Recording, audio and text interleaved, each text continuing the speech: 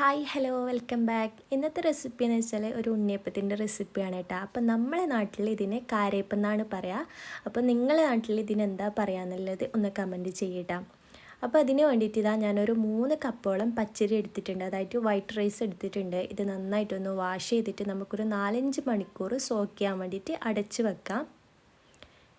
ഈ ഒരു സമയം കൊണ്ട് നമുക്ക് ശർക്കര പാനി ഉണ്ടാക്കിയെടുക്കാം കേട്ടോ. അപ്പോൾ ഒരു 3/4 കിലോളം ശർക്കര ഞാൻ ഇത് കുറച്ച് വെള്ളം ഒഴിച്ചിട്ട് ഇതൊന്ന് മെൽട്ടാക്കിയിട്ട് വേറൊരു പാത്രത്തിലേക്ക് അരിച്ച് മാറ്റി വെച്ചിട്ടുണ്ട്.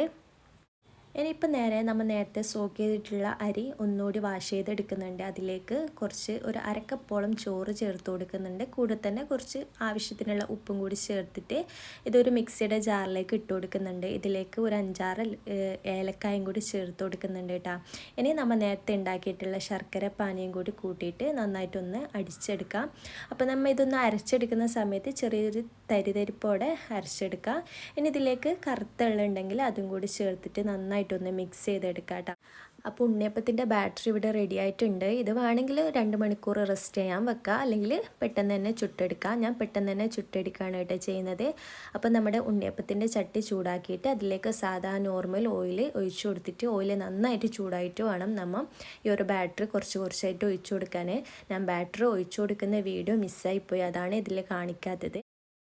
അപ്പോൾ ഇതൊന്ന് ഹൈ ഫ്ലെയിമിൽ വെച്ച് തിരിച്ചും മറിച്ചും ഇട്ടിട്ട് നമുക്ക് നന്നായിട്ടൊന്ന് കുക്ക് ചെയ്തെടുക്കാം. 2 സൈഡും നല്ലൊരു കളറായി വരുമ്പം നമുക്കിത് അടുപ്പിൽ നിന്ന് കോരി മാറ്റാം. അപ്പം നല്ല അടിപൊളിയായിട്ടുള്ള ഉണ്ണിയപ്പം ഇവിടെ റെഡി ആയിട്ടുണ്ട്. അപ്പം എല്ലാവരും വീഡിയോ കണ്ടിട്ട് ഉണ്ടാക്കി നോക്കുക. ഇഷ്ടപ്പെട്ടെങ്കിൽ എന്തായിട്ട് ലൈക്കും കൂടി ചെയ്യുക.